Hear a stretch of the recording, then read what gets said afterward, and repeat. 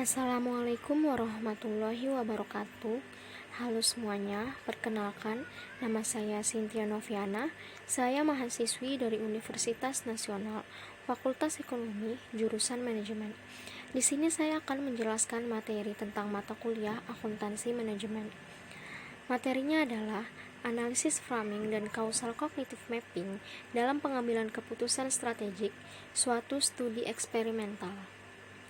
Telaah literatur dan pengembangan hipotesis.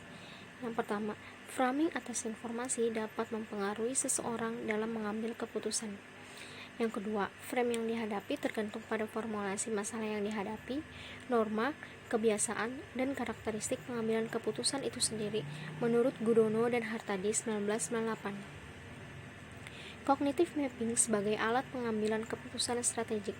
Hoof tahun 1990 mengklasifikasikan mapping dalam 5 jenis, yaitu yang pertama, maps that assess the attentions, associations, and importance of concepts. Yang kedua, maps that show dimensions of categories and cognitive taxonomies. Yang ketiga, maps that show influence, causality, and systems dynamics. Yang keempat, maps that show the structure of arguments and conclusion. Yang kelima, maps that specify schemas, frames, and perceptual codes. Metode penelitian. Ada yang pertama, subjek penelitian. Partisipan dikelompokkan dalam 4 kondisi perlakuan. Masing-masing partisipan mendapatkan satu kondisi treatment. Yang kedua, desain penelitian. Penelitian ini menggunakan desain eksperimen untuk menginvestigasi hipotesis-hipotesis dengan faktorial desain 2x2 dan between subject. Yang ketiga, variabel penelitian. Variabel independen ada 2, yaitu yang pertama, framing positif dan negatif berkaitan dengan bagaimana cara suatu fakta atau informasi diungkapkan. Menurut Tversky dan Kahneman 1979-1981, Routledge dan Harrell 1994, Gudono dan Hartadi 1998.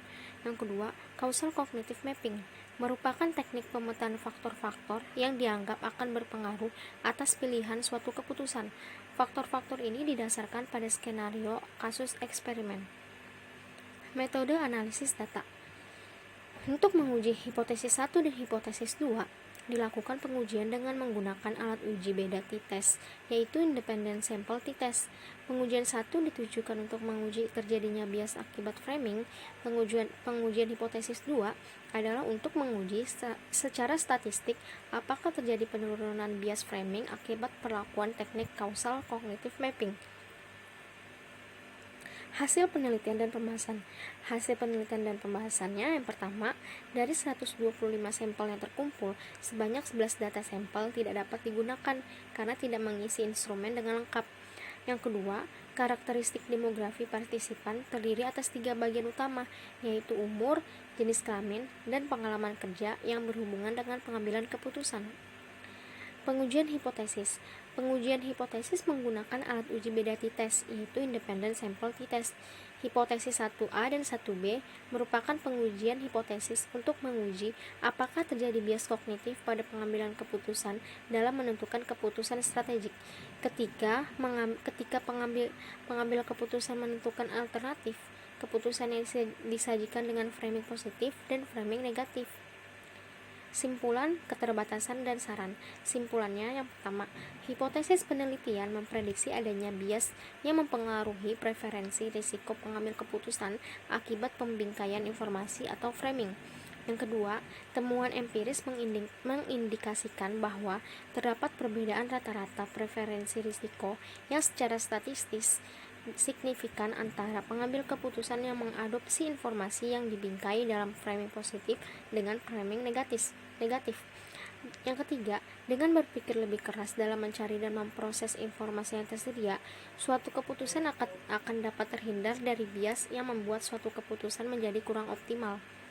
Keterbatasan penelitian. Yang pertama, kelemahan yang tidak dapat dihindari dari pengujian eksperimental adalah validitas eksternal penelitian, ketidakmampuan hasil eksperimen untuk menggeneralisasi simpulan penelitian secara menyeluruh. Yang kedua, Peneliti tidak mengukur preferensi risiko awal para partisipan terlebih dahulu untuk mengetahui perubahan preferensi risiko setelah diberi informasi dengan framing. Sekian presentasi dari Kak.